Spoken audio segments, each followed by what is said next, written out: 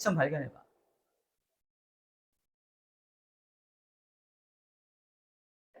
마이크가 아까 없었어요. 그래서 알았어? 그래서 좀 아까 거 쌤이 올렸거든? 아마 이럴 겁니다.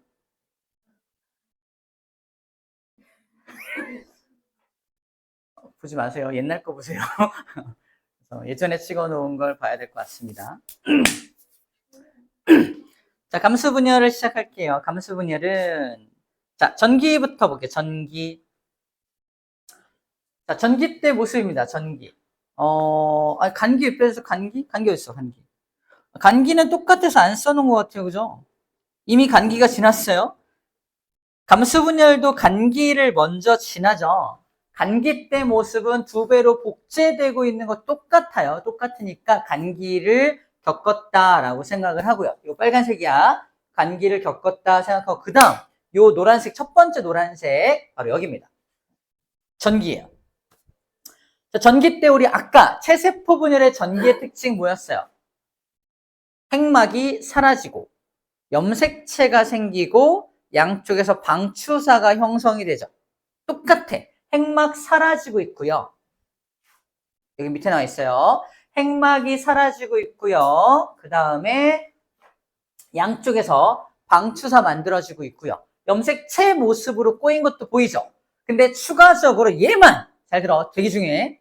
여기서 체세포 분열과 구분되는 엄청나게 중요한 특징 하나가 발생합니다. 그게 뭐냐면 아까 염색체 만들어지잖아. 염색체 두 개가 아까는 염색체 4개가 땅땅땅땅해서 나중에 중기 때 쭈르륵 배열되잖아. 근데 지금은 염색체 4개가 두 개씩 달라붙어요. 염색체 4개가 두 개씩 달라붙은 형태까지 만들어집니다. 아까 체세포 분열은 떨어져 있었는데 얘는 두 개씩 달라붙어요. 두 개씩 달라붙은 형태를 뭐라고 불러주냐면 두 개가 더해진 염색체. 두 개가 더할 가짜야. 두 개가 더해진 염색체라고 해서 이가 염색체라고 읽어줍니다. 이가라고 읽지 않고요. 이가 염색체라고 읽어줘. 한번 따라해볼까요? 시작. 이가 염색체. 잘했어요. 한 번 더 해볼까요? 창피해? 이가 염색체. 이게 입에 붙어야 돼. 이가 염색체. 나중에 읽어봐라 그러면 이가 염색체라고 읽는 경우가 많은데 그렇지 않고요. 이가 염색체가 만들어지는 거예요. 정말 중요한 특징이야. 요 이가 염색체 때문에 아까 우리가 의아했던 요 비밀이 풀립니다. 이가 염색체가 만들어졌기 때문에 요 비밀이 풀려나간다고 좀 얘기할 거예요. 자, 이가 염색체가 만들어지는 게 감수 분열, 즉 생식세포 분열, 전기 때 나타나는 특징이야. 자, 이렇게 만들어진 다음에는 비슷해. 중기를 거칩니다. 자, 중기 때 가운데 배열하잖아. 이렇게 이가 염색체를 이룬 상태에서 가운데 배열을 해요. 그 다음에 양쪽에 방추사가 달라붙고 있는 모습이야. 이가 염색체를 제외하고는 체세포 분열하고 다를 게 없죠. 그 다음에 후기 때는 양쪽으로 끌려가겠네. 그죠? 양쪽으로 끌려가는 모습 보이죠? 잘 봐. 양쪽으로 끌려가면 이제 어떤 일이 발생하냐면 조금 어려운데 사람의 46개 염색체를 크기 순으로 배열하면 아빠한테 받은 것 중에 가장 큰 것과 엄마한테 받은 것 중에 가장 큰 게 1번 세트로 있죠. 이 1번 세트로 있는 둘의 관계를 우리는 이렇게 부릅니다. 상동 염색체라고 불러요. 아빠 거 중에 제일 큰 거, 엄마 거 중에 제일 큰 거가 쌍을 이루고 있는 거. 상동 염색체라고 불러줍니다. 비교를 좀 하고 올게요. 다시 체세포 분열로 돌아가서 비교를 할 건데, 자, 지금 되게 중요한 시기야. 자, 체세포 분열이야. 요 빨간색과 요 파란색이 무슨 관계라고? 상동 염색체 관계야. 맞죠? 근데 얘네는 이가 염색체를 형성하지 않고 주르륵 이렇게 배열됐죠. 가장 큰 놈, 요 놈과 요 놈이 상동 염색체 관계인데 주르륵 배열됐죠. 나중에 양쪽으로 딸려가면 요 반쪽과 요 반쪽이 다시 여기서 다시 만나죠. 맞아요? 체세포 분열은 상동 염색체가 양쪽으로 분열되더라도 요 반쪽과 요 반쪽이 여기서 이렇게 둘이 다시 만날 거라고. 맞아요? 다시 만난다고요. 즉 상동 염색체가 유지됩니다. 엄마 거 반, 아빠 거 반이 유지가 되고 있는 모습이야. 보이나요? 이가 염색체가 형성이 되면 이게 유지가 안 돼. 봐봐. 방금 이 그림 기억해야 돼. 이 그림과 다시 감수분열로 돌아가서 얘를 보면요. 자, 요 녀석과 요 녀석이 상동 염색체죠. 근데 이가 염색체를 형성한 후에 양쪽으로 딸려가니까 어때요? 상동 염색체가 분리가 되고 있는 거야. 그래서 책에도 굉장히 중요하게 상동 염색체 분리라고 써 있는 겁니다. 이거 왜 써놨지? 체세포 분열은 상동 염색체 분리가 안 일어나거든. 상동 염색체가 다시 만나거든요. 근데 감수 분열만큼은 그 상동 염색체가 분리가 돼요. 아빠 거 따로, 엄마 거 따로, 아빠 엄마를 갈라버립니다. 아빠 거 따로, 엄마 거 따로 갈라버리는 거야. 이렇게 상동 염색체가 분리가 되면, 아빠 거 따로, 엄마 거 따로 분리가 되면 염색체 수가 반으로 줄어든다고 표현해요. 나중에 배우는데 이걸 EN이 N이 되었다라고 표현합니다. 상동 염색체 분리를 표현하는 말이야. 이때 염색체가 반으로 줄어들게 돼요. 자, 그래서 여기서 상동 염색체가 분리가 되기 때문에 염색체 수가 반으로 줄어드는 이런 일이 발생한다라고 불러주는 겁니다. 즉, 상동 염색체가 분리될 때 가장 중요한 역할을 한 녀석이 누구야? 이가 염색체예요. 이가 염색체가 형성이 되었으니까 이렇게 분리된 거잖아. 그치? 그래서 이가 염색체 형성이 상동 염색체 분리를 초래했기 때문에 염색체 수가 반으로 줄어드는 것도 쟤 때문에 나타나는 일이 되는 겁니다.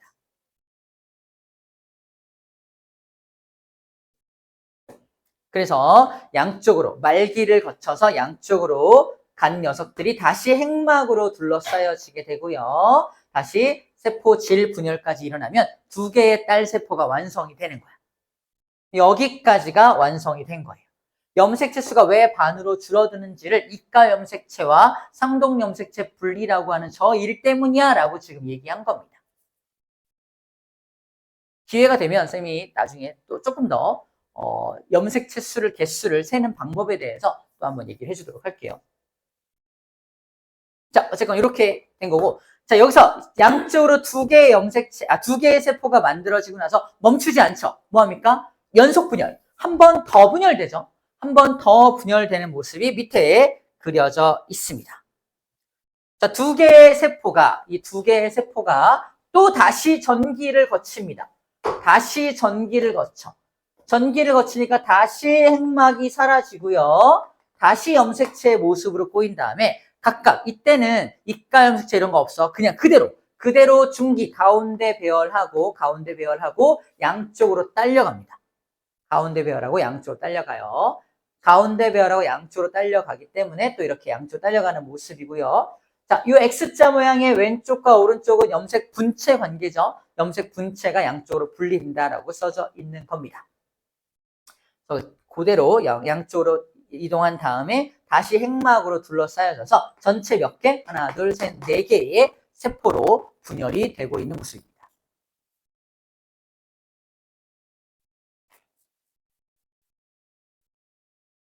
총 4개의 딸 세포가 만들어진다라는 거 확인할 수 있고요. 그 다음에 연속 2분열이 일어난다. 확인할 수 있는 부분입니다. 자, 염색체 수를 한번 이제 세보자. 진짜로 세보자. 자, 보자. 자, 이제 염색체 수를 세는 방법. 체세포 분열부터 한번 세볼게요. 체세포 분열은 염색체 수가 변함이 없죠. 그죠? 근데 46개를 다 그리려면 힘드니까 이 그림으로 설명할게요. 이 염색체 몇 개입니까? 4개죠. 염색체 4개입니다. 맞죠? 자, 잘 봐. 염색체를 셀 때 이렇게 세면 편리해요. 염색체를 셀 때 염색체가 이렇게 되어 있잖아. 가운데 동그라미 보이죠? 가운데 동그라미가 동원체라고 부르는 녀석인데 이 동원체가 몇 개인지를 세면 염색체 수를 셀 수 있어. 자, 이게 동원체가 몇 개 있어요. 안 보이지만 하나, 둘, 셋, 네 개 있겠네. 그래서 염색체 수를 네 개라고 표현하는 거야. 이건 고등 과정까지 연결되는 부분이니까 지금 미리 알아두면 되게 쉽게 염색체, 체세포, 뭐 유전자 이런 부분들을 해결할 수 있습니다. 자, 가운데 배열하고 양쪽으로 땅땅땅땅 갈라서 왼쪽 1번과 2번으로 갈라섰어. 그치? 이때 동원체 개수 세보라고요. 여기 있을 거 아니야. 하나, 둘, 셋, 넷. 왼쪽도 4개, 오른쪽도 하나, 둘, 셋, 4개. 4개일 거 아닙니까? 그래서 4개짜리 염색체를 가진 녀석이 분열이 일어나더라도 얘도 4개, 얘도 4개니까 염색체 수가 변함이 있다 없다? 없다라고 지금 말하는 거야. 그래서 체세포 분열은 염색체 수는 변함이 없구나라고 이해하면 됩니다. 그럼 체세포 분열 말고 감수 분열은 어떤데요? 비교해 볼게요. 감수 분열 이 녀석입니다. 자, 쭉 그림만 확대해서 볼게요. 자, 봐봐. 이 녀석 1분열 염색체 몇 개야? 4개 보이나요? 하나, 둘, 셋, 4개 보이나요? 1분열 쫙 끝났어. 헐, 염색체 몇 개야? 2개죠. 동원체가 2개씩밖에 없잖아. 2분열이 탕탕 끝났어. 어떻게 해요? 2개네요. 보이나요? 이렇게 염색체 수를 세는 방법, 가운데 동그라미 동원체 개수를 세면 염색체 수를 쉽게 셀 수 있고 1분열이 끝났을 때 이미 염색체 수가 4개였던 게 2개씩 갈라진다는 사실을 알 수가 있는 겁니다. 이해가 되었나요? 그래서 여기 염색체 수 1분열이 끝났는데 왜 염색체 수가 반으로 줄었어? 이거를 저 그림상으로도 이해할 수 있다는 뜻이에요. 1분열에서 또 분열이 일어났는데 왜 염색체 수가 변함이 없어? 2개였던 염색체가 분열이 끝나더라도 또 2개잖아. 그죠? 2개 들어있죠. 이런 그림으로 확인할 수 있다라고 지금 얘기하고 있는 겁니다. 오케이. 이렇게 하면 감수 분열이 체세포 분열하고 어떻게 다른지를 좀 비교하면서 충분히 공부를 했다라고 생각이 들어요. 자, 이 감수 분열이 일어나면 어떤 일이 발생한다? 맨 마지막 정리할게요. 감수 분열이 일어나면 감수 분열 결과 생식세포가 만들어집니다. 감수 분열이 일어나면 생식세포가 만들어지고 총 몇 개의 생식세포? 4개의 딸세포니까 총 4개의 생식세포가 만들어지게 되고요. 염색체 수는 딱 절반이죠. 사람 같은 경우는 46개의 염색체를 갖고 있으니까 생식세포 안에는 23개의 염색체가 들어있는 녀석들을 만들어야만 합니다. 이렇게 23개로 만들어야지만 엄마 거 23개의 염색체 오고 아빠 거 23개 염색체가 와서 다시 만나서 정상적인 46개짜리 아이를 만들 수 있다는 말이 여기 플러스 강의 4번에 적혀 있는 이야기입니다. 다른 표현법으로 뭐라고 표현하고 있다? 세대를 거듭하더라도 염색체 수가 변함이 없게 만들기 위해서 라고 적혀 있어요. 세대가 거듭하더라도 염색체 수가 일정하게 보존되어야 하니까. 기본에 대한 부분들을 알고 있어야 고등과정 가서 혹시 돌연변이가 발생됐을 때 모습도 예측이 가능한 거야. 요거 지금 우리가 배우는 건 돌연변이에 대한 얘기가 아니라 정상적으로 분열이 일어났을 때 이러이러한 분열이 이렇게 일어나라고 지금 배우고 있는 거예요. 이 완벽하게 머릿속에 딱 들어와 있어야 좀 어려운 응용이 나올 때도 충분히 이해할 수가 있게 됩니다. 이것도 좀 보고 갈게요. 이렇게 생식세포를 만드는 장소입니다. 동물은 우리가 알고 있어요. 동물은 정자 어디서 만드니? 정자 만드는 장소, 정소라고 불러줍니다. 난자 어디서 만드니? 난자 만드는 장소, 난소라고 불러줘요. 근데 식물은 잘 몰라. 식물의 정자에 해당하는 것을 꽃가루라고 합니다. 꽃가루가 날아다니는 게 식물의 정자가 날아다니는 거예요. 이상하죠? 그죠? 식물의 정자가 날아다니는 거야. 꽃가루라고 해요. 꽃가루 어디서 만드니? 그럼 몰라요. 꽃가루, 식물, 꽃에서 만들겠죠? 이러지 말고요. 꽃가루를 만드는 곳이 꽃밥입니다. 꽃밥. 꽃밥이 어디냐면, 자, 이게 식물의 암술 머리, 이게 씨가 들어있는 방. 이제 꽃잎이에요. 꽃잎이 이렇게 있으면은 여기가 난세포가 만들어진 여기가 밑씨입니다. 여기를 밑씨 부분이라고 여기서 난세포라고 하는 난자 부분이 만들어져요. 그 다음에 꽃가루는 여기 이렇게 수술이라고 해서 수술에서 이렇게 나와서 끝에 막 이렇게 노란색으로 막 이렇게 수술. 여기가 꽃가루를 만드는 장소거든요. 꽃가루 만드는 요 장소를 꽃밥이라 그래. 꽃밥. 이 장소를 꽃밥이라 그래. 되게 익숙하지 않죠? 초밥이라고 썼네. 꽃밥이라고 합니다. 꽃밥. 꽃밥 부분이 여기고요. 네, 밑씨 부분이 여기가 밑씨 부분이에요. 여기서 정자에 해당하는 꽃가루를 만들고요. 여기서 난자에 해당하는 난세포를 만듭니다. 난세포.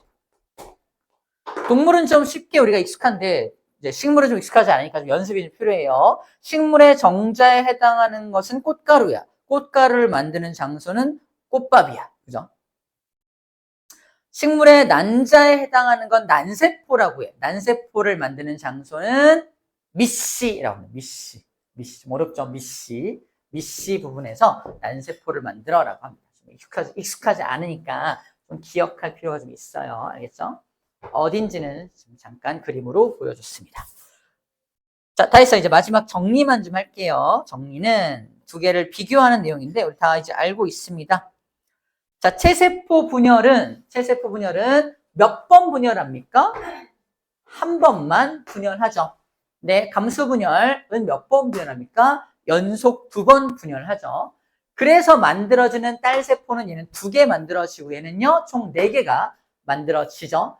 이가염색체, 얘는 안 만들죠. 하지만 얘가 이가염색체를 만들죠. 감수 분열만 이가염색체를 만듭니다. 염색체 수는 변하니 체세포는 안 변하죠. 근데 감수 분열만 2분의 1로 반으로 줄어들게 됩니다. 그래서 이거 과정을 한번 쭉 써준 건데. 자, 아직 복제되기 전의 모습이에요. 복제한 후에는 요딴 모습이 됩니다. 복제한 다음에 염색체 모습으로 보인 걸로 봐서 복제 후 전기 때의 모습을 그림으로 그려놓은 거야. 중기 때 가운데 배열하고요. 후기를 거쳐서 마지막 말기를 거쳐서 세포질까지 분열된 모습을 띄엄띄엄 그림으로 그려놓은 겁니다. 자, 감수 분열 같은 경우도 복제되기 전 단계를 이렇게 그려놓은 거고요. 복제가 끝난 후에 이렇게 되겠죠. 복제만 끝난 게 아니라 둘이 달라붙죠. 달라붙은 이가 염색체를 형성한 후에 가운데 배열하기 때문에 상동 염색체가 양쪽으로 분리가 되고 마지막 2분열을 연속적으로 하게 되면 총 4개의 딸세포가 만들어지는 모습을 보여주고 있습니다. 분열의 결과 체세포 분열은 생장과 재생을 담당을 하고 일부 생식을 담당하기도 한다고 해요. 했죠? 감수 분열은 생식세포를 만드는 과정이 됩니다. 오케이. 그래서 체세포 분열과 감수 분열의 전체적인 과정을 좀 살펴보았습니다. 마지막 그림도 볼게요. 이 그림은 뭐냐면 어떤 식물, 이게 시험 문제야. 어떤 생물의 체세포의 모습이다. 어떤 생물의 체세포의 모습이니까 평상시 살아가고 있는 체세포 안에 들어있는 염색체를 그림으로 그려놓은 거야. 이때 우리가 눈에 보이지 않지만 가운데 동그라미들을 이렇게 그리면 돼요. 이거 아까 동원체라고 했죠? 총 염색체가 몇 개인 녀석인 거야? 6개짜리 녀석인 거야. 염색체가 6개인 녀석인 거야. 근데 얘가 B를 만들어. B는 뭡니까가 시험 문제입니다. B는 뭐야? 염색체 수가 절반으로 줄어들었죠? 생식세포네. 얘가 만든 생식세포네요. 염색체 수가 절반으로 줄어들었잖아. 그치? 그래서 둘 다, 엄마과 아빠과 둘 다 주지 않고 반만 잘라서 줬고요. 둘 다 주지 않고 반만 잘라줬고요. 둘 다 주지 않고 반만 잘라줬죠. 이렇게 잘라져 있는 모습을 통해서 얘가 생식세포고요. 얘는 체세포입니다. 라고 말할 수도 있어야 하는 겁니다. 거꾸로 B만 줘. 얘는 안 줘. 안 준 다음에 이 생식세포가 이제 자손을 만든다면 자손의 염색체는 어떤 모습이겠냐? 이걸 그림으로 그려야 돼. 이해돼요? 또는 반대로 이걸 준 다음에 얘가 생식세포를 만든다면 어떤 모습이겠냐? 그림으로 그릴 수 있어야 하는 겁니다. 이해되죠? 얘를 2배 복사한 게 얘고 얘를 반 자른 게 얘잖아. 하나만 알면 나머지 건 그대로 예상이 되어야 한다. 라고 얘기하고 있는 중이에요. 오케이. 문제 빠르게 풀어볼까요? 오른쪽. 다 배웠습니다.